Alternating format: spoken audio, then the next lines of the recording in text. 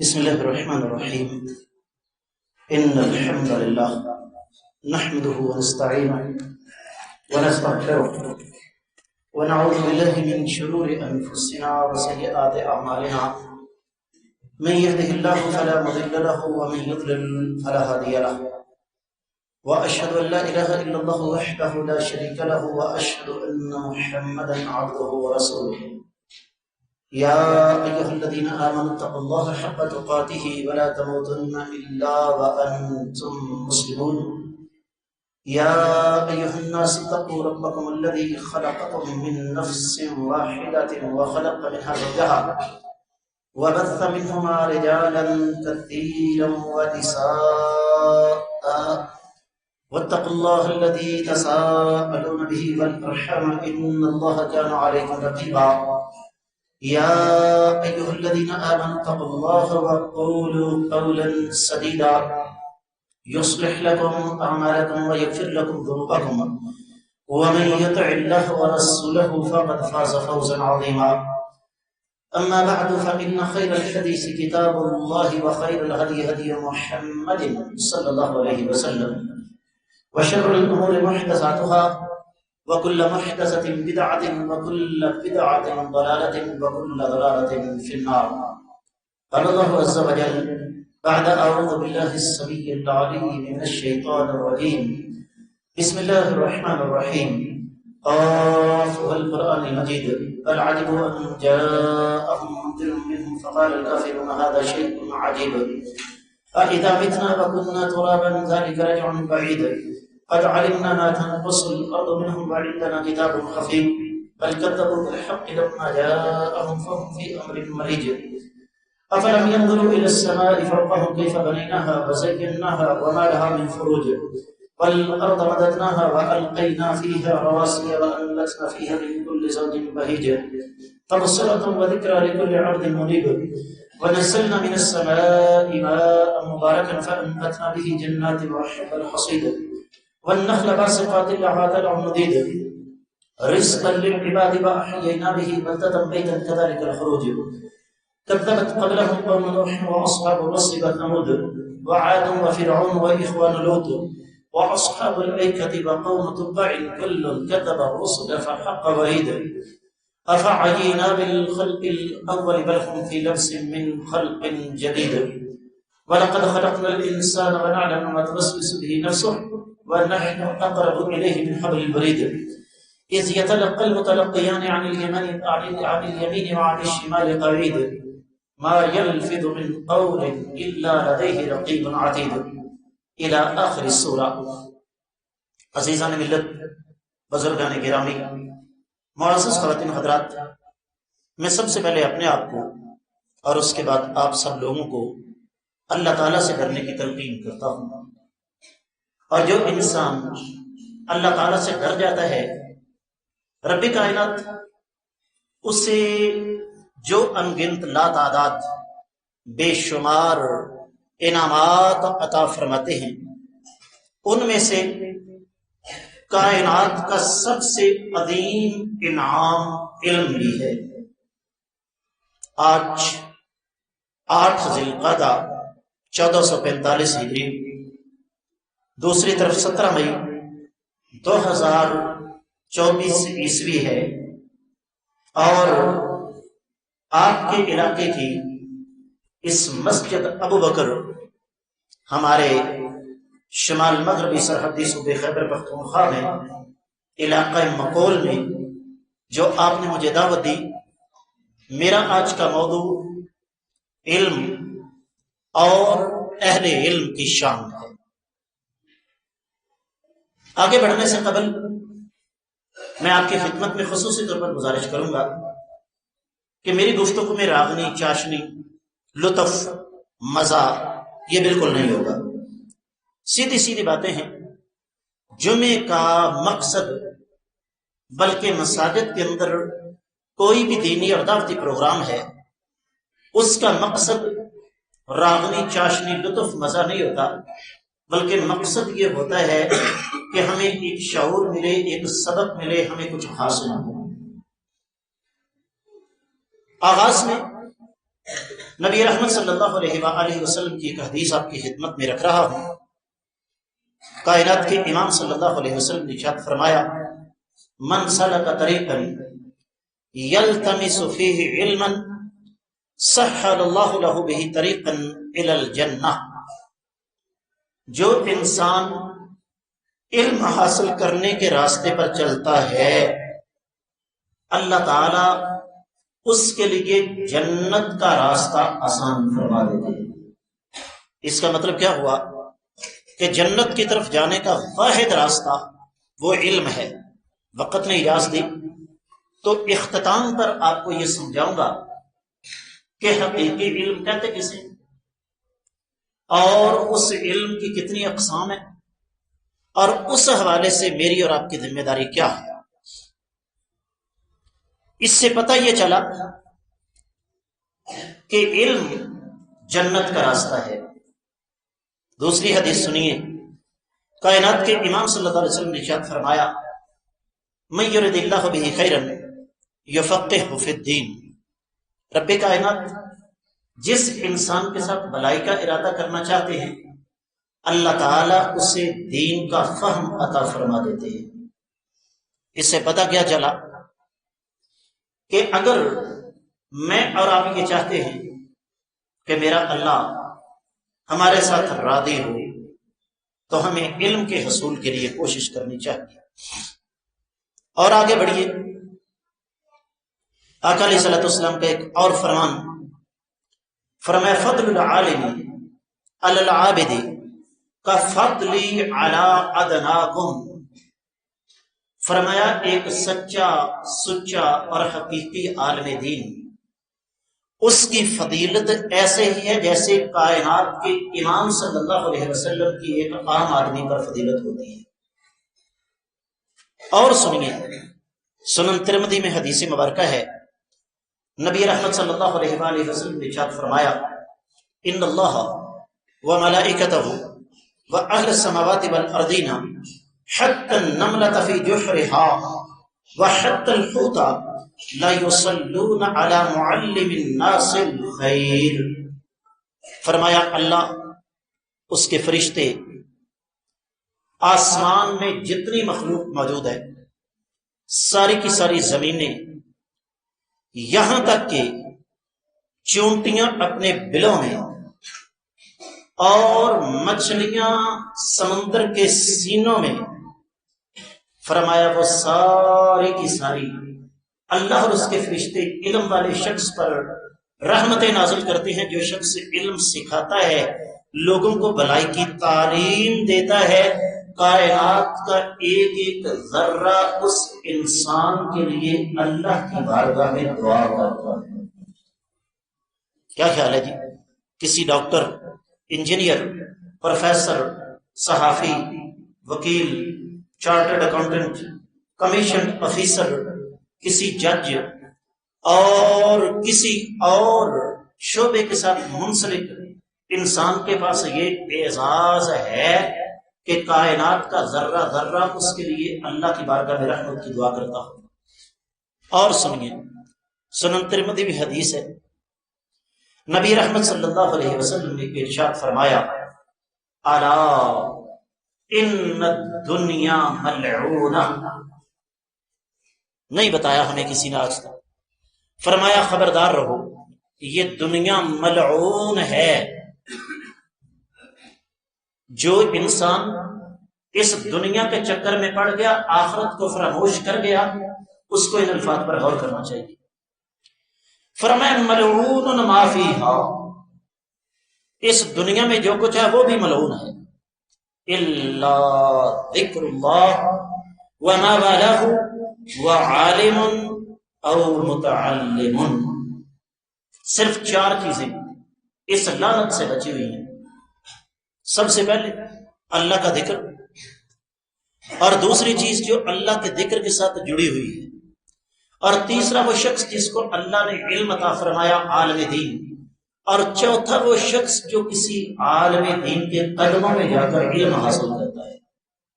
اس سے پہلے کہ آپ لوگ یہ سوال اٹھائیں کہ پھر کیا خیال ہے، سائنس ٹیکنالوجی کا علم حاصل نہیں کرنا چاہیے؟ کون کہتا نہیں کرنا چاہیے؟ میں سعودی عرب کے اندر 7 سال پڑھا اور اس نظام تعلیم کو میں نے بڑے قریب سے دیکھا. میٹرک تک جو زندگی کا سب سے اہم دور ہوتا ہے بچے کا، 70% سے زیادہ مضامین اسلامی ہوتے ہیں. جس بچے نے سعودی عرب کے نظام تعلیم کے تحت 10ویں پاس کر لی نا، وہ بچہ عالم دین ہے. وہ جمعے کا خطبہ دے سکے گا، درس دے سکے گا، عید پڑھا سکے گا، جنازہ پڑھا سکے گا، وہ جمعہ پڑھا سکے گا، وہ جماعت کروا سکے گا. اس کا عقیدہ اتنا پختہ ہوگا کہ اس کے سامنے کوئی شخص دین کے خلاف بات نہیں کر سکتا. اس کے بعد ظاہر ہے سعودی ایئر لائن اگر چلتی ہے تو وہاں کے پائلٹ بھی موجود ہیں، اگر وہاں پر عدالتیں ہیں تو جج بھی موجود ہیں، اگر وہاں پر عمارتیں بنتی ہیں تو انجینئر بھی موجود ہیں، اگر وہاں ہسپتال قائم ہے تو ڈاکٹر بھی موجود ہیں. دنیا کے ہر شعبے کے ساتھ منسلک لوگ وہاں موجود ہیں. لیکن ان کی اساس اور بنیاد کیا ہے؟ میں نے اپنی ان آنکھوں سے دیکھا، ان کانوں سے سنا. سعودی ایئر لائن کا پائلٹ وہ باقاعدہ خطبہ دے رہا ہے، اور خطبہ بھی اتنا بے مثال کہ آپ سنیں تو حیران رہ جائیں. اس کا مطلب کیا ہوا کہ دنیاوی علوم سے انکار نہیں، لیکن جو ہماری اساس ہے، جو ہماری بنیاد ہے، اس کو نظر انداز نہیں کرنا چاہیے. آگے بڑھیے. نبی رحمت صلی اللہ علیہ وسلم کا فرمان صحیح مسلم نے فرمایا اذا مات الانسان انقطع عنہ عملہ. انسان دنیا سے چلا جاتا ہے، دنیا سے جاتے ہی اس کے عمل کا سلسلہ رک جاتا ہے. وہ نماز نہیں پڑھ سکتا، روزہ نہیں رکھ سکتا، حج نہیں کر سکتا، زکوٰۃ نہیں دے سکتا، صدقات نہیں کر سکتا، زبان سے اللہ کا ذکر نہیں کر سکتا، کسی کو نیکی کا حکم نہیں دے سکتا، برائی سے منع نہیں کر سکتا. فرمایا 3 چیزیں باقی رہ جاتی ہیں. سب سے پہلے صدقہ جاریہ، اس کے بعد علم ينتفع بہ، ایسا علم جس سے لوگ مرنے والے کے مرنے کے بعد فائدہ اٹھاتے رہیں. پتہ یہ چلا کہ انسان کے مرنے کے بعد جو 3 چیزیں صدقہ جاریہ ہیں، تیسری ہے نیک اولاد جو دعا کرتی رہے. ان میں سے ایک علم بھی ہے جس سے لوگ فائدہ اٹھاتے رہیں. اللہ کے نبی صلی اللہ علیہ وسلم سے علم حاصل کیا صحابہ کرام نے، صحابہ سے تابعین نے، تابعین سے تبع تابعین نے، تبع تابعین سے ائمہ دین نے، وہاں سے محدثین نے، محدثین نے کتابیں لکھی، کتابیں ہمارے پاس پہنچی. آقا علیہ السلام کو 1500 سال ہو گیا دنیا سے گئے ہوئے. ائمہ کرام کو، محدثین کرام کو ہزاروں سال ہو گئے ہیں دنیا سے گئے ہوئے. ان کے علم کا فیض آج بھی جاری ہے. این ممکن ہے ان کی ہڈیاں بھی مٹی بن چکی ہوں، لیکن اللہ کے ہاں ان کا اجر لکھا جا رہا ہے. پوری دنیا میں جہاں کوئی کہتا ہے کہ فلاں حدیث صحیح بخاری میں ہے، جو بیان کرنے والا ہے جتنا اجر اسے ملے گا، جو آگے سن کر پہنچانے والا ہے جتنا اجر اسے ملے گا، اتنا اجر امام بخاری کو ملے گا، اور اتنا اجر نبی رحمت صلی اللہ علیہ وسلم کو ملے گا. کیا خیال ہے جی؟ 1 کروڑ پتی، ارب پتی، کھرب پتی مر جائے. میں چونکہ شہر اقبال سیالکوٹ سے تعلق رکھتا ہوں. سیالکوٹ ایکسپورٹروں کا شہر ہے، فیکٹریوں کے مالک ہیں. 4 فیکٹریاں، 6 ہزار ملازم. سال میں مختلف اوقات میں 4 سے 5 مہینے امریکہ، برطانیہ، فرانس، جرمنی، کینیڈا کا سفر. لیکن حقیقت کیا ہے؟ جب دنیا سے جائیں گے صدقہ جاریہ کے لیے کچھ بھی نہیں. لیکن چٹائیوں پر بیٹھنے والے، اب تو قلین آ گئے نا. ہم نے چٹائیوں پر بیٹھ کر علم حاصل کیا اساتذہ اکرام کے قدموں میں. یہ چٹائیوں پر بیٹھ کر دور دراز علاقوں کا سفر کر کے پردیس کاٹنے والے، بھوک برداشت کرنے والے یہ طلباء جو کل کو علماء بنیں گے، یہ اپنے لیے، اپنے والدین کے لیے، اپنے اساتذہ کے لیے، اساتذہ کرام کے لیے بہترین صدقہ جاریہ ہے. اور یہ بھی ذہن میں رکھیے گا، آپ کیا سمجھتے ہیں ایک عالم دین جب اس کی روح پرواز کر جاتی ہے کیا وہ مر جاتا ہے؟ پوری دنیا میں میں نے تھوڑی دیر پہلے مثال دی، جہاں کوئی شخص صحیح بخاری کھولے گا امام بخاری زندہ ہو جائے گا۔ شاعر نے کہا تھا سانسوں کے سلسلے کو نہ تو زندگی کا نام، جینے کے باوجود کچھ لوگ مر گئے، کچھ مر کر بھی زندہ رہتے ہیں، کچھ زندہ رہ کر بھی مردہ ہوتے ہیں۔ یہی وجہ ہے امام ابن المعتز فرماتے ہیں کہ یاد رکھو اہل علم جب دنیا سے جاتے ہیں تو ایک شخص دنیا سے نہیں جاتا، علم کا خزانہ قبر کے اندر اتر جاتا ہے۔ سیدنا عمر رضی اللہ تعالیٰ عنہ کا جب شہادت کا سانحہ پیش آیا تو پتہ کیا ہوا؟ کہنے والوں نے کہا دفن العدل مع عمر رضی اللہ عنہ، فرمایا لوگوں سنو، تم نے کائنات کے امام صلی اللہ علیہ وسلم کے پہلو میں صدیق کائنات رضی اللہ تعالیٰ عنہ کے ساتھ عمر رضی اللہ تعالیٰ عنہ کی قبر نہیں بنائی، عدل بھی عمر کے ساتھ ہی دفن ہو گئے۔ یہی وجہ ہے امام احمد بن حنبل فرمایا کرتے تھے ہمارے جنازے ہماری پہچان ہوا کرتے ہیں۔ میں آپ سے ہی سوال کرتا ہوں، ایسے علماء جن کا صرف آپ نے نام سنے، آپ کبھی زندگی میں ان کو ملے نہیں، میں مثال دے دیتا ہوں، بیت اللہ کے امام کی بات کرتے ہیں، آپ نے ان کو ٹی وی پر دیکھا، آپ نے ان کو تصویروں میں دیکھا، چند خوش نصیب ہوں گے جو حج پر گئے، عمرے پر گئے، ان کو دور سے دیکھا، خبر آ جائے کہ فلاں امام کعبہ اللہ کو پیارے ہو گئے ہیں، اپنی ایمانداری سے بتائیے سیدھا سینے پر جا کر تیر لگتا ہے کہ نہیں لگتا؟ کیوں؟ یہ تعلق ہی اللہ نے ایسا بنایا ہے کہ اس کا مقابلہ کوئی تعلق کر سکتا ہی نہیں۔ آئیے تھوڑا سا ذرا قرآن کی طرف چلے جائیں، سورۃ المجادلہ 11ویں آیت مبارکہ، اللہ ملک العلم رب الجلال والاکرام ارشاد فرماتے ہیں یرفع اللہ الذین آمنوا منکم والذین اوتوا العلم درجات واللہ بما تعملون خبیر۔ رب کائنات ان لوگوں کے درجات بلند کریں گے جو تم میں سے ایمان لائے اور جنہیں علم دیا گیا، اور جو تم عمل کرتے ہو رب کائنات اس کو اچھی طرح جانتے ہیں۔ پتہ کیا چلا کہ علم کی وجہ سے اللہ ملک العلم رب الجلال والاکرام ان لوگوں کے درجات بھی بلند کر دیتے ہیں جن کو دنیا جانتی ہے۔ میں پھر ایک دفعہ آپ سے یہاں ایک بات پوچھنا چاہوں گا، آپ میں سے اکثریت کو نہیں پتا امام بخاری پیدا کب ہوا؟ 194 ہجری میں۔ ہماری اکثریت نہیں جانتی امام بخاری دنیا سے گئے کب؟ 256 ہجری میں۔ لیکن آج بھی جہاں کہیں امام بخاری کا تذکرہ آتا ہے، روحانی طور پر ہمارے اندر ایک سکون کی لہر کیوں دوڑ جاتی ہے کہ امام بخاری رحمت اللہ علیہ کو دنیا سے گئے ہوئے کم و بیش کوئی 1200 سال کے قریب کا عرصہ گزر چکا ہے، اس کے باوجود امام بخاری میرے اور آپ کے دلوں میں زندہ ہے۔ یہ مرتبہ اور مقام رب کائنات کا۔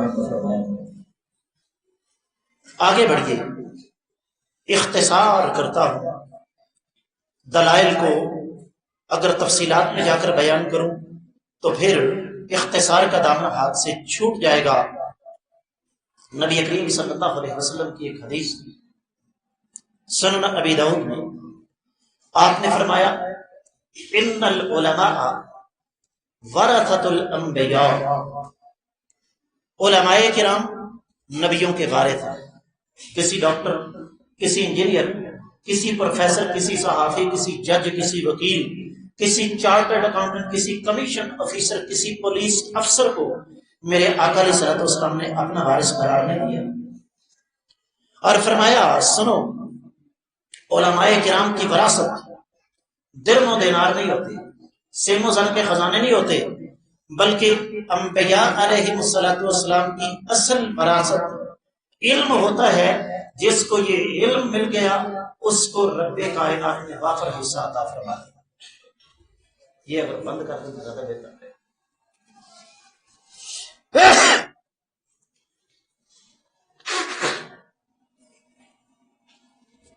آگے بڑھیے۔ قرآن میں رب کائنات نے بہت ساری داستانیں ہمارے سامنے بیان فرمائیں۔ ان میں سے ایک داستان کی طرف اشارہ کروں گا۔ اللہ کے ایک رسول ہیں سیدنا موسیٰ علیہ السلام، انسان ہے، نبی بھی انسان ہوتا ہے۔ دل میں بھی بات آئی، کہا الہ العالمین کیا مجھ سے بڑا بھی کوئی اللہ کی زمین پر عالم ہے؟ ذہن میں بات کیا تھی کہ بھئی میں اللہ کا رسول ہوں، اور رسول کو براہ راست اللہ تعالیٰ علم عطا فرماتے ہیں۔ فرمایا موسیٰ علیہ السلام کسی غلط فہمی کا شکار نہ ہونا۔ ایک عالم دین ہے، ایک شخص ایسا ہے جس کے پاس آپ کی نسبت زیادہ علم ہے۔ فرمایا کون؟ فرمایا خاطر علیہ السلام۔ اب اعتراض نہیں اٹھایا موسیٰ علیہ السلام نے، فرمایا اچھا یہ طالب علم کی شان ہوتی ہے۔ کہا الہ العالمین ان کے پاس مجھ سے زیادہ علم ہے۔ میں یہاں آگے بڑھنے سے قبل بتا دوں کہ خاطر علیہ السلام اللہ کے نبی ہیں، ولی نہیں۔ دلیل کیا ہے؟ قرآن کہتا ہے کہ خضر علیہ السلام نے فرمایا وَمَا فَعَلْتُهُ عَنْ أَمْرِي۔ لمبا واقعہ ہے، قرآن مجید میں آپ نے پڑھا بھی ہوگا، سنا بھی ہوگا کہ یہ جو 3 کام میں نے کیے یہ اپنی مرضی سے نہیں کیے بلکہ یہ کس کا حکم تھا بھائی؟ اور یہ بات غیر نبی نہیں کہہ سکتا۔ تو موسیٰ علیہ السلام رب کائنات سے باقاعدہ پوچھ کر کہ وہ جس ہستی کے بارے میں آپ بتا رہے ہیں کہ اس کے پاس مجھ سے زیادہ علم ہے، کیسے پہنچ سکتا ہوں؟ اللہ نے نشانیاں بتائیں۔ موسیٰ علیہ السلام نے اسی وقت رختے سفر باندھا اور علم حاصل کرنے کے لیے خضر علیہ السلام کے پاس گئے۔ اس سے پتہ کیا چلا؟ علم حاصل کرنے کے لیے سفر کرنا یہ اللہ تعالیٰ کے انبیاء اور اللہ تعالیٰ کے رسولوں کی سنت ہے۔ حالانکہ ایک دفعہ پھر عرض کر دیں، نبی اور رسول براہ راست اللہ تعالیٰ کی طرف سے ان کی رہنمائی ہوتی ہے، لیکن یہ واقعات ہمارے سامنے اللہ نے کیوں رکھے؟ مجھے اور آپ کو سمجھانے کے لیے کہ قیامت تک کے آنے والے مسلمانوں دنیا کے لیے دن رات مشقت اٹھاتے ہو، کبھی اپنی آخرت کی فکر کرنے کے لیے، علم حاصل کرنے کے لیے سفر کرو۔ آگے بڑھیے۔ اللہ کے رسول صلی اللہ علیہ وسلم کی ایک دعا سنن ابن ماجہ میں کیا ہے؟ اللہم انی اسألک علما نافعا ورزقا طیبا وعملا متقبلا۔ الہ العالمین میں آپ سے 3 چیزوں کا سوال کرتا ہوں۔ سب سے پہلا سوال، میرے اللہ مجھے علم وہ عطا فرمانا، مجھے علم عطا فرمانا اور وہ علم عطا فرمانا جو نفع والا ہو، فائدے والا ہو، اور پاکیزہ رزق عطا فرمانا اور عمل وہ کرنے کی توفیق عطا فرمانا جو آپ کے ہاں قابل قبول ہو۔ تو سب سے پہلے سوال کیا؟ نفع مند علم کا۔ اس کا مطلب یہ ہوا، اور حدیث میں آتا ہے اللہ کے نبی صلی اللہ علیہ وسلم یہ دعا روزانہ فجر کے بعد پڑھا کرتے تھے۔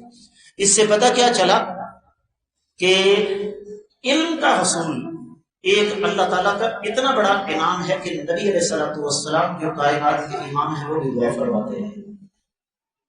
اور پھر اللہ کے رسول صلی اللہ علیہ وسلم کی دعا سورہ طٰہٰ میں باقاعدہ موجود ہے، وَقُلْ رَبِّ زِدْنِي عِلْمًا۔ اللہ تعالیٰ فرماتے ہیں میں نے حکم دیا اے میرے نبی صلی اللہ علیہ وسلم آپ مجھ سے دعا فرمائیے کہ یا اللہ میرے علم میں اضافہ فرما۔ اسی طریقے سے آگے بڑھیے۔ نبی کریم صلی اللہ علیہ وسلم کی حدیث صحیح بخاری میں ہے، فرمایا خیرکم من تعلم القرآن وعلمہ۔ تم میں سے سب سے بہتر شخص وہ ہے جو قرآن سیکھے اور سکھائے۔ ایک مثال سے بات واضح کرتا ہوں۔ آقا علیہ الصلوۃ والسلام کی حدیث ہے، لا صلاۃ لمن لم یقرأ بفاتحۃ الکتاب، جس نے سورۃ الفاتحہ نہیں پڑھی اس کی نماز نہیں۔ اس کا مطلب کیا ہوا کہ سورۃ الفاتحہ نماز کا حصہ ہے. ایک دن میں ایک مسلمان پر 17 رکعتیں فرض ہیں. گنتی کر لو، 2 فجر کے فرض، 4 ظہر کے، کتنے ہو گئے بھائی؟ 4 عصر کے، 3 مغرب کے اور 4 عشاء کے، 17. اگر سنتوں کی بات کی جائے تو نبی علیہ الصلوۃ والسلام کی حدیث ہے، جس آدمی نے، جس مسلمان نے ایک دن میں 12 رکعتیں ادا کر دی، اللہ تعالیٰ جنت میں اس کے لیے گھر بنا دے گا. وہ 12 رکعتیں کون سی ہیں؟ 2 سنتیں فجر کی، گنتے جاؤ، 4 2 کر کے ظہر سے پہلے کتنی ہو گئی؟ 2 ظہر کے بعد 8، 2 مغرب کے بعد 10 اور 2 عشاء کے بعد 12. 17 فرائض، 12 سنتیں، کرو گنتی کتنے ہو گئے؟ ٹھیک ہو گیا 29. وطر آپ 1 بھی پڑھ سکتے ہیں، 3 بھی پڑھ سکتے ہیں، 5 بھی پڑھ سکتے ہیں، 7 بھی پڑھ سکتے ہیں، 9 بھی پڑھ سکتے ہیں. لیکن ہر رکعت میں ایک سورہ مبارکہ لازمی پڑھنی ہے. کون سی؟ سورۃ الفاتحہ. اللہ کے بندو، جتنے لوگ میری بات سن رہے ہیں، معزز خواتین بھی تشریف فرما ہے، آج ابھی اسی وقت یہاں بیٹھے بیٹھے ہم اپنے آپ سے یہ سوال کریں کہ میں نے اپنی زندگی میں آج تک کسی کو سورۃ الفاتحہ بھی سکھائی ہے؟ اتنا کام تو کر جائیں. کیوں؟ ہمارے دنیا سے جانے کے بعد اگر ہم نے ایک بندے کو بھی سورۃ الفاتحہ سکھا دی، جب تک وہ نماز پڑھتا رہے گا ہماری ہڈیاں بھی گل سڑ چکی ہوں گی. وہ کسی اور کو سکھا دے، وہ کسی اور کو سکھا دے، وہ کسی اور کو سکھا دے، ہمیں کیڑے کھا چکے ہوں گے، لیکن نامہ اعمال کے اندر اس سورۃ الفاتحہ کو سکھانے کی وجہ سے نیکیوں کا کھاتا چالو رہے گا. لیکن یہ سکھائے کون؟ جس نے خود سیکھی ہو. بغیر معذرت کے عرض کروں گا، آپ لوگ، میں ذاتی طور پر، ہمارا یہ جو علاقہ ہے جس کو ہم شمال مغربی سرحدی صوبہ یا خیبر پختونخوا کہتے ہیں، یہاں کے لوگوں کا ہمارے دلوں میں احترام ہے، عزت ہے، 2-3 وجہ کی بنا پر. اور ان میں سے ایک بڑی وجہ یہ بھی ہے کہ اس علاقے کے رہنے والے لوگ غیرت مند ہوتے ہیں. لیکن سوال یہ ہے کہ اس غیرت کا رخ جب دین کی طرف کرتے ہیں تو وہاں یہ غیرت کہاں چلی جاتی ہے؟ قرآن نے ایک بات بیان کی. اللہ فرماتے ہیں یعلمون ظاہرا من الحیات الدنیا وہم عن الآخرۃ هم غافلون. یہ لوگ دنیا کی زندگی کے ظاہر کو بڑے قریب سے دیکھتے ہیں، آخرت کے بارے میں غافل ہیں. مجھے ایک بات بتائیے کہ وہ مسلمان ایمان کے کس درجے پر ہے جس کو سورۃ الفاتحہ تک صحیح نہیں آتی؟ اور یہ میں اور آپ اچھی طرح جانتے ہیں کہ ہماری اکثریت کو نہیں آتی. اس موضوع کا انتخاب کرنے کی ایک بڑی وجہ آپ کو دعوت فکر دینا ہے. مقصد کوئی طنز کرنا نہیں، بلکہ یوں سمجھ لیجیے کہ جھنجھوڑنا ہے. اس لیے کہ جو شخص یہاں کھڑا ہوتا ہے اس کا قطعی طور پر یہ ذہن نہیں ہونا چاہیے کہ وہ کسی پر طنز کرے. اصول یہ ہے کہ کائنات کے امام صلی اللہ علیہ وسلم کے فرمان کے مطابق تمام مسلمان ایک جسم کی مانند ہیں. اگر کوئی تلخ بات میں کر رہا ہوں تو اس کا مقصد آپ لوگوں کی تضلیل یا توہین کرنا نہیں، بلکہ اس کا مقصد اس دکھ اور درد کا اظہار ہے جو میں محسوس کرتا ہوں. اللہ تعالیٰ ہمیں سمجھنے کی توفیق عطا فرمائے. تو کیا حدیث ہے نبی علیہ السلام کی؟ تم میں سے بہترین شخص وہ ہے جو قرآن سیکھے اور سکھائے. سوال یہ ہے کہ ہم میں سے کتنے بہترین شخص ہیں؟ اور اس مفہوم کی حدیث کتابوں کے اندر اور بھی بہت ساری مل جاتی ہے. آگے چلیے. ایک بڑی منفرد حدیث آپ کو سناتا ہوں. سنن ابی داؤد میں حدیث ہے, فرمایا لا تسب الدیک, مرغے کو گالی مت دو. کیوں؟ فَإِنَّهُ يُوقِظُ لِلصَّلَاةِ, یہ مرغا تمہیں نماز کے لیے بیدار کرتا ہے. میں بھی آ رہا تھا تو میں نے دیکھا کہ مجھے یہ جانور مرغے مرغیاں نظر آئیں, بڑی خوشی ہوئی. یہ حدیث شاید آپ کو آج تک کسی نے نہ سنائی ہو. سوال یہ ہے, جب مرغے کو گالی دینے سے نبی علیہ الصلوۃ والسلام نے منع فرمایا کہ وہ نماز کے لیے جگاتا ہے, تو جو شخص ہمیں سردی کا موسم ہو, گرمی کا موسم ہو, بارش ہو, دھوپ ہو, آندھی ہو, طوفان ہو, دنیا کے ہر بندے کو چھٹی ہے, لیکن اس منبر اور اس محراب کے وارث کو چھٹی ہے نا.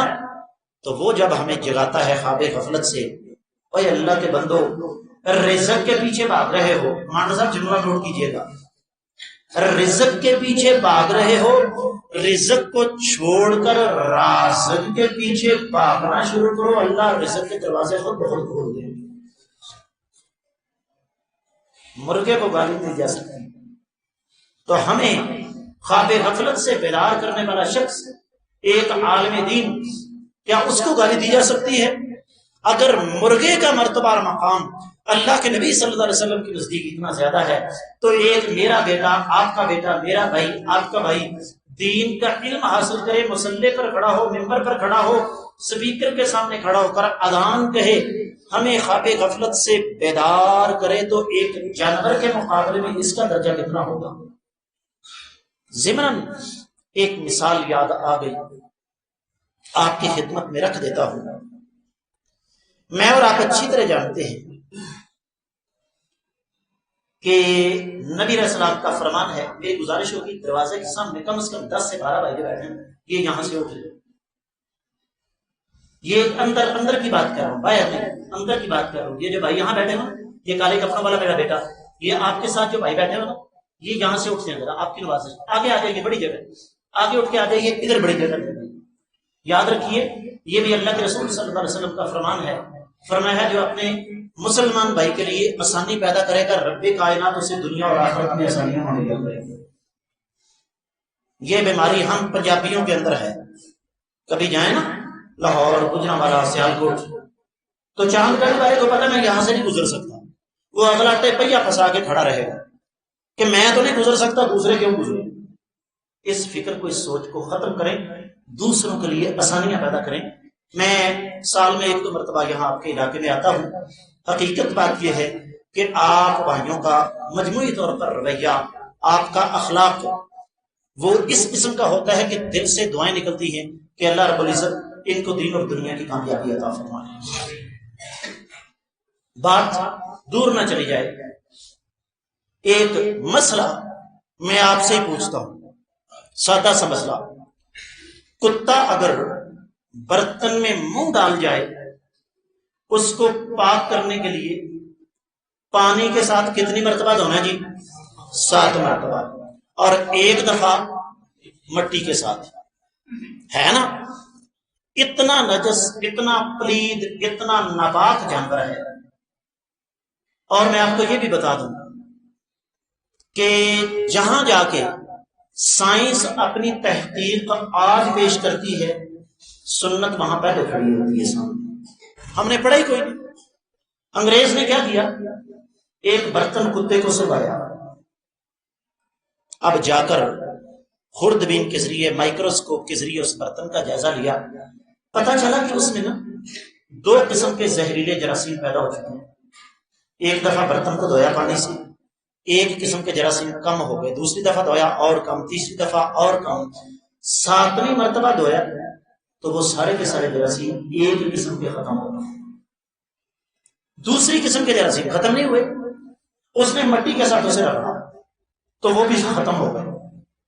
اب اس نے مٹی کا جائزہ لیا تو پتہ یہ چلا کہ ان جراثیموں کو ختم کرنے کے لیے مٹی کے اندر ایک ایلیمنٹ ہے, ایک عنصر ہے جس کو نوشادر کہتے ہیں. اس نوشادر نے ان جراثیم کو ختم کر دیا ہے. اور مٹی کے اندر سب سے زیادہ نشادر ہوتا ہے۔ سوال، کتا برتن میں منہ ڈال گیا، اتنا پلید ہے، اتنا نجس ہے کہ 7 مرتبہ مٹی پانی کے ساتھ اس کو دھویا، 8ویں مرتبہ مٹی کے ساتھ۔ اسی کتے کو ہم نے سکھا دیا شکار کا علم۔ توجہ ہے بھائی، بات سمجھ میں آ رہی ہے؟ اس کتے کو ہم نے کیا سکھایا؟ شکار کا علم۔ قرآن کہتا ہے غیر مکلبین تعلمونہن مما علمکم اللہ۔ اس شکاری کتے کو جو کہ شکار کا علم حاصل کر چکا ہے، ہم نے بسم اللہ اللہ اکبر پڑھ کر چھوڑا، وہ ہرن شکار کر کے لایا، وہ خرگوش شکار کر کے لایا، وہ کوئی بھی جانور شکار کر کے لایا، کیا وہ جانور حلال ہے یا نہیں؟ کیوں؟ اس کتے کو اس نجاست سے اس مقام تک لانے والی چیز کا نام علم ہے۔ تو اگر علم ایک کتے کو اتنا مرتبہ اور مقام عطا کر سکتا ہے تو انسان جو اشرف المخلوقات ہے اس کے بارے میں آپ کیا کہیں؟ اور پھر صحیح بخاری صحیح مسلم کی حدیث ہے، میرے آقا علیہ الصلوۃ والسلام کے پاس کچھ لوگ بد نصیب آئے دھوکہ دینے کے لیے، کہا جی ہمیں کچھ علماء دیجیے جو ہمیں دین کا علم سکھائیں۔ آقا علیہ الصلوۃ والسلام نے اپنے جلیل القدر صحابہ جو کہ اہل علم تھی ان کو ساتھ کر دیا، ان ظالموں نے دھوکے سے جا کر ان صحابہ کرام کو شہید کر دیا۔ میرے آقا علیہ الصلوۃ والسلام 40 دن تک، کتنے دن بھائی؟ 40 دن تک ان قاتلوں کے لیے بد دعا کرتے رہے۔ حالانکہ آپ غور کیجئے، اہل مکہ نے آقا علیہ الصلوۃ والسلام پر کون سا ظلم نہیں توڑا؟ طائف والوں نے آپ علیہ الصلوۃ والسلام کے ساتھ کیا کچھ نہیں کیا؟ کیا مکہ والوں نے آقا علیہ الصلوۃ والسلام کو جلا وطن کر دیا، نکلنے پر مجبور کیا؟ اور ایک اور چیز میں آپ کو بتا دوں، ضمناً ایک بات یاد آئی، جاؤ رہے کو مختوم پڑھو، آپ کو سمجھ آئے گی۔ اس سے بڑی حقیقت کیا ہو سکتی ہے کہ نبوت ملنے سے پہلے نبی کریم صلی اللہ علیہ وسلم کی 2 بیٹیوں کا نکاح ابو لہب کے بیٹوں سے ہوا۔ میرے آقا علیہ السلام نے نبوت کا اعلان کیا، اس بدبخت لعنتی نے دونوں بچیوں کو طلاق کروا دیا، جو بعد میں سیدنا عثمان غنی رضی اللہ تعالیٰ عنہ کی بیویاں بنیں۔ اور میرے آقا علیہ الصلوۃ والسلام کے 2 بیٹے قاسم طاہر اور عبداللہ یہ فوت ہوئے۔ اس سگے چچا ابو طالب لعنتی نے کیا کیا؟ ان کی وفات پر جشن منایا۔ لیکن میرا ایک چیلنج ہے، جنہوں نے آپ کو برے القابات دیے، پتھر مارے، جوتا لہو لہان کر دیا، وطن سے نکالا، زخمی کیا، حالت سجدہ میں آقا علیہ الصلوۃ والسلام کے جسم اطہر پر اونٹ کی اودھڑی لا کر رکھ دی، آپ علیہ الصلوۃ والسلام کے بیٹوں کی وفات پر جشن منائے، آقا علیہ الصلوۃ والسلام کی لخت جگر کو تکلیف دی۔ میرے عزیز، اگر یہاں نماز آپ پڑھیں گے تو رستہ رک جائے گا۔ بھائی جان میں آپ سے گزارش کر رہا ہوں جنہوں نے نماز شروع کر دی ہے، اللہ تعالیٰ ہماری قوم کو ہدایت نصیب فرمائے۔ تو میں یہ عرض کر رہا تھا، کیا ان میں سے کسی ایک کے خلاف نبی علیہ السلام نے بد دعا فرمائی؟ نہیں۔ لیکن کیا ہوا جب ان 70 علماء کو شہید کیا گیا، کائنات کے امام صلی اللہ علیہ وسلم 40 دن تک ان کے خلاف بد دعا کرتے رہے۔ اس کا مطلب کیا ہوا کہ اہل علم وہ لوگ ہیں جن کی شہادت پر شہید کرنے والوں کے خلاف رحمت للعالمین نے بد دعا فرمائی۔ اور ایک ایسی حدیث آپ کو سناتا ہوں جس پر آپ چاہیں تو بلا ناغہ روزانہ عمل کر سکتے ہیں۔ فرمایا نذر اللہ عمران سمع منا حدیثا فحافظہ حتی یبلغہ غیرہ۔ فرمایا نبی علیہ السلام کی دعا ہے، فرمایا عرش والے اس بندے کا چہرہ تر و تازہ رکھنا جو ہماری حدیث کو سنے، یاد کرے اور اسے لوگوں تک پہنچا دے۔ صحیح بخاری صحیح مسلم کی قیمت لاکھوں کروڑوں میں نہیں. ہمارے بزرگ ہیں اقبال کیلانی صاحب، اللہ تعالیٰ لمبی عمر عطا فرمائے، ان کی کتابیں احادیث پر مشتمل ہیں. نماز کے مسائل، روزے کے مسائل، نکاح کے مسائل، طلاق کے مسائل. رکھیے گھروں میں ایک حدیث روز پڑھیں. ایک پاکستانی مرد اوسطاً ایک دن میں 30 لوگوں کے ساتھ ملاقات کرتا ہے. ان 30 میں سے آپ 20 لوگوں کو بھی، اگر تو 30 کو سنا دیں منہ تو ڈال لے گا نا. کیا خیال ہے جی؟ کسی کو آپ حدیث سنائیں کو آپ کو تھپڑ تو نہیں مار سکتا، کون سا تو نہیں مار سکتا، گالی تو نہیں آگے سے دے سکتا. آپ نے کاروباری بات کرنی ہے، رشتہ داری کی بات کرنی ہے، سفر کی بات کرنی ہے، جو بھی بات آپ نے کرنی ہے، ساتھ کہیں کہ جی ایک چھوٹی سی نبی علیہ السلام کی حدیث سن. آپ کو حدیثوں سے سنا دیں. جو حدیث آپ ایک دن میں 30 مرتبہ کسی کو سنائیں گے، کیا ساری زندگی وہ آپ کو بول سکتی ہے؟ روزانہ کی ایک حدیث، مہینے کی 30، سال کی 360 حدیثیں بنتی ہیں. میں نہیں کہتا کہ آپ لوگ جن کی عمریں 40 50 سال ہو چکی ہیں، آپ اپنا کاروبار، بزنس، تجارت، سروس، ملازمت چھوڑو اور جا کر دینی مدارس میں داخلہ ہو. کچھ نہ کریں. آپ اپنی اس مسجد میں، مسجد ابو بکر جس کو دیوانے والی مسجد کہتے ہیں، وہاں پر میں حاضر ہوں. مسجد نبی کے امام صاحب مدرسہ مسجد نبوی کے امام ہیں شیخ صلاح البدیر. انہوں نے 2000 سے زیادہ احادیث کو ایک کتاب میں جمع کیا اور اس کا پھر اردو میں ترجمہ ہوا. امام صاحب سے کہیں میں وہ کتاب آپ کو بھیجوں گا اپنی طرف سے، میں لے کر آیا تھا، میری مسجد میں بھی اس کا درس ہوتا ہے. امام صاحب سے کہیں فجر کے بعد، زور کے بعد، عصر کے بعد، مغرب کے بعد، عشاء کے بعد صرف ایک حدیث آپ کو سنا دی. چراغ سے چراغ جلے گا. معزز خواتین و حضرات توجہ کیجئے گا، اگر ایک حدیث بھی آپ نے روزانہ پڑھ لی، سمجھ لی، اس پر عمل کر لیا، دوسروں کو سکھا دی، 1 سال کی 360 حدیثیں بنتی ہیں. کوئی پتہ نہیں قیامت کے روز یہی چیز